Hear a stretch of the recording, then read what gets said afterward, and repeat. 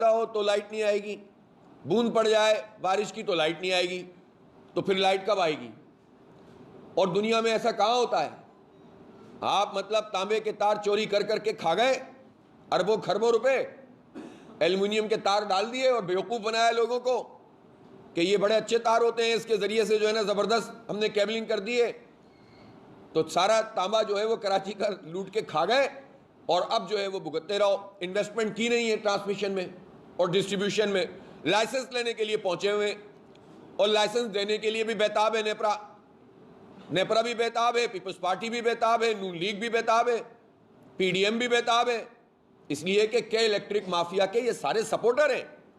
हर हुकूमत ने इनकी मदद की है और कराची के आवाम पिसते रहे।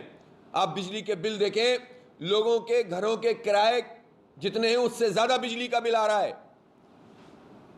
यानी आप 80 गज के मकान में रहते हो, 120 में, 200 में, 400 में, जिस घर में रहते हो, 60 गज के मकान में रहते हो, जितना किराया है उससे ज्यादा बिजली का बिल है। कहां जाएं लोग? गुजर औकात करना मुश्किल हो गया है। बच्चों को पढ़ाएं कैसे, तालीम कैसे दें, खिलाएं कैसे? दूध की कीमत तो 230 रुपए चल रही है मुर्तजा वहाब के राज में और कमिश्नर साहब के राज में। कहां से क्या करें लोग? और इनके ऊपर कोई फर्क नहीं पड़ता, कोई फर्क नहीं पड़ता। इनकी अय्याशियां देखें आप जरा लिस्ट तो निकाल कर देखिए गाड़ियों की। टाउन चेयरमैन के लिए गाड़ी नहीं है, अफसरों की गाड़ियां उठाकर देख लीजिए आप।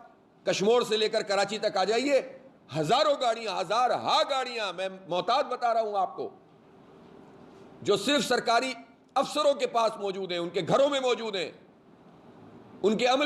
उनको अमला दिया हुआ है, पुलिस वाले दिए हुए हैं। कल एक टाउन के चेयरमैन ने सीएम साहब के सामने बताया कि हाल ये है कि टाउन के चेयरमैन को तो गाड़ियां नहीं दी हैं अभी तक, ट्रांजिशनल पीरियड चल रहा है, लेकिन इंटीरियर सिंध से कोई साहब आते हैं, मुख्तलिफ लोग आ रहे हैं चार्ज लेने के लिए, वो बड़े बड़े वीगोज में और मुख्तलिफ गाड़ियों में आते हैं और 6-6 गार्ड उनके साथ होते हैं और कहते हैं हमें चार्ज दो। ये सूरत हाल है। अफसरशाही का निज़ाम देखिए आप। हमें मालूम है कि सीएसएस से किस तरह के लोग यहां सिंध में पास होकर आ रहे हैं, क्या उनका मेरिट है, पूरा निज़ाम तबाह कर दिया है।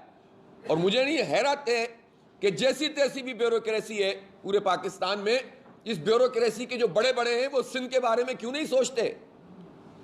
बैठकर बड़े बड़े मुल्क के फैसले तो करते हैं ये 22 ग्रेड के अफसर, ये नहीं देखते कि सीएसएस का पूरा निज़ाम तबाह हो चुका है यहां पर, और उससे जो पास होकर अफसर आ रहे हैं उनकी क्वालिटी क्या है, किस बुनियाद पर उनको नौकरियां मिल रही हैं। किसी का भाई है, किसी एमपीए का, किसी एमएनए का भाई है, किसी वडेरे और जागीरदार का बेटा है, बस वो आएंगे और वो हमारे कलेजे पे मूंग डलेंगे और वो बैठकर हमारी किस्मत के फैसले करेंगे। वो रिश्वतखोरी और करप्शन का बाजार चलाएंगे। चार्ज चाहिए इनको यहां कराची में। सोने की जो है ना अंडा है कि मुर्गी है, जो चाहो करते रहो, जिस तरह से चाहो उसको लूटते रहो। तो ये इन लोगों का हाल है। इनकी करप्शन खत्म नहीं हो रही। इनके वुज़रा को देखिए। अभी दुबई से एक आदमी आया 16 साल के बाद और उसकी शादी हुई, 1 महीना हुआ है, कल मंगूपीर रोड पर उसको कत्ल कर दिया, शहीद कर दिया डाकुओं ने। अभी कनाडा से आए थे कुछ दिन पहले एक साहब, बच्चों की देखभाल के लिए वो हर साल आते थे और उनको जो है वो स्ट्रीट क्रिमिनल ने मार दिया। उसके बाद एक और वाक़या हुआ कल कोरंगी में, तो शहरी ने फायरिंग कर दी डाकुओं के ऊपर। अब शहरी मुकाबला करेंगे, पुलिस कहाँ है? आधी पुलिस तो इन वुज़रा, इन वडेरों, इन जागीरदारों के ऊपर लगी हुई है। उनकी बेगमात को शॉपिंग करवा रही है, उनके घरों में मुलाजमत दिलाई हुई है। आप देखें जरा, आपको अंदाजा हो जाएगा। खुद केएमसी के कितने आपको लोग मिलेंगे जो मुख्तलिफ वजीरों के घरों में काम कर रहे हैं और जो उनके पसंदीदा अफसरान हैं उनके घरों में काम कर रहे हैं। यह करप्शन का निज़ाम इन्होंने यहां पर चलाया हुआ है। तो पुलिस जो है वो आप अपने लिए इस्तेमाल करते हो, जो पुलिस है उसमें करप्शन का धंधा चलता हो, शहर को मनशियात के अड्डों और उनके मनशियात के अड्डे चलाने वालों के सुपुर्द कर दिया हो, स्ट्रीट क्रिमिनल के सुपुर्द कर दिया। कोई एक ऐसी चीज़ बताएं जिसमें आप कहें हुकूमत की कोई परफॉर्मेंस है। अब्बासी शहीद का हाल मैंने आपको परसों बता दिया था जाकर कि ना एमआरआई चल रही है, ना सिटी स्कैन, ना अल्ट्रासाउंड हो रहा है, एक्सरे के लिए फिल्म नहीं है। इमरजेंसी में कोई आ जाए तो ड्रिप नहीं है, कैनुला नहीं है, कैनुला पे लगने वाले पेपर टेप नहीं है, वो भी खरीद के लेकर आओ। कहाँ जाएं लोग? और हाल ये है कि चार्ज लेने के लिए आ जाएंगे टाउनों में। जो टाउन का चेयरमैन है उसको चार्ज नहीं दे रहे, वो अभी भी साइन नहीं कर सकता, अभी भी ट्रांजिशनल ऑफिसर सारे पैसे खर्च कर रहा है ताकि बजट पूरा पिछली तारीखों में खा जाए, कुछ मिले ही नहीं। लेकिन वडेरा शाही और अफसर शाही जिसका कॉम्बिनेशन सिंध में चल रहा है, वो चार्ज लेने के लिए आ जाएंगे यहां पर। और जो केएमसी के पुराने मुलाजमीन हैं उनको आप अपग्रेड नहीं कर रहे, आप उनको, वो हेड नहीं बन सकता टाउन में किसी डिपार्टमेंट का, जो सिंध हुकूमत से आएगा वो हेड बन सकता है। तो ये कैसा बदतरीन निज़ाम है।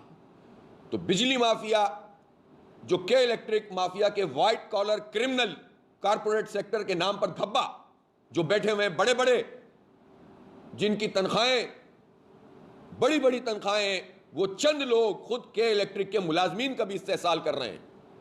वहां इंजीनियर की क्या वैल्यू, जाकर देख लीजिए, वहां पर आम वर्कर की क्या वैल्यू है, आप देख लीजिए। ज्यादातर चीजें तो आउटसोर्स कर देते हैं, और आउटसोर्स भी अपनी ही पसंद की कंपनियों को करते हैं। इधर से पैसे नहीं मिल रहे तो उधर से ले लो, उधर से नहीं मिल रहे तो इधर से ले लो। और नेपरा तैयार बैठा है कि इनको मजीद लाइसेंस दे दें, इनका लाइसेंस कैंसिल होना चाहिए, इनका फॉरेंसिक ऑडिट होना चाहिए के इलेक्ट्रिक का। इस फॉरेंसिक ऑडिट में जितनी हुकूमतों ने इनको सपोर्ट किया है वो सब कौम के सामने लाना चाहिए। कहाँ है एहतसाब, कहाँ है नेब? ये नेब सिर्फ सियासी बुनियादों पर कार्रवाइयां डालने के लिए, के इलेक्ट्रिक माफिया नजर नहीं आती नेब को। कोई अकाउंटेबिलिटी का इदारा नहीं है। अदालतों में केस जाए तो वहां चलता नहीं है। हमने सुप्रीम कोर्ट में केस किया था, 8 साल उसकी हेयरिंग नहीं की सुप्रीम कोर्ट ने, ऑनरेबल सुप्रीम कोर्ट ने। और जब 8 साल बाद हेयरिंग की तो हमारे रशीद रिजवी साहब एडवोकेट दलाइल देते रहे कि भाई आपने हेयरिंग ही नहीं की है। मैं कहता रहा, उन्होंने कहा चूंकि 8 साल में तो चीज़ें बदल गई हैं, लिहाजा हम इसको डिस्पोज ऑफ कहते हैं, आप किसी और तरीके से आए लेकर, हम इसको नहीं सुन सकते। अब हम कहाँ जाएं फिर उसके बाद? सुप्रीम कोर्ट का ये हाल है। हाई कोर्ट में जो नेपरा के डिसीजन होते हैं, हाई कोर्ट से स्टे ले लेता है के इलेक्ट्रिक, नेपरा उसका फॉलो अप नहीं करता, सब मजे करते हैं। और अदालतों को भी फुर्सत नहीं है। 3.5 करोड़ लोगों का मसला है ये के इलेक्ट्रिक। 34 लाख सार्फिन है कुंडे के ऊपर जो चला रहे हैं, ऑफिशियल कुंडा और अनऑफिशियल कुंडा वो अलग है। तो आप ये बताइए कि उसके लिए अदालतों के पास वक्त नहीं है, सुप्रीम कोर्ट के पास वक्त नहीं है, स्टे पर स्टे इनको दिए हुए हैं, तो लोग कहां जाएंगे फिर? ये अदालती निज़ाम पर भी एक सवालिया निशान है कि इस मुल्क में आवाम को अदालतों से इंसाफ नहीं मिल रहा और उसके नतीजे में बर्बाद हो रहे हैं पूरे शहरी। तो ये के इलेक्ट्रिक माफिया के खिलाफ अवामी मुजाहिमत ही इन लोगों को मजबूर करेगी। मैं कराची के शहरियों से यह अपील करता हूं कि पुरअमन अवामी एहतजाज का आप हिस्सा बने। जमात इस्लामी के प्लेटफॉर्म से हम आपकी आवाज़ बन रहे हैं, आज से नहीं है, मुसलसल। जब कोई नहीं बोलता था इनके खिलाफ तो हम बात कर रहे थे, और अभी भी मौजूद हैं, और इंशाअल्लाह हम आपकी आवाज़ बनेंगे।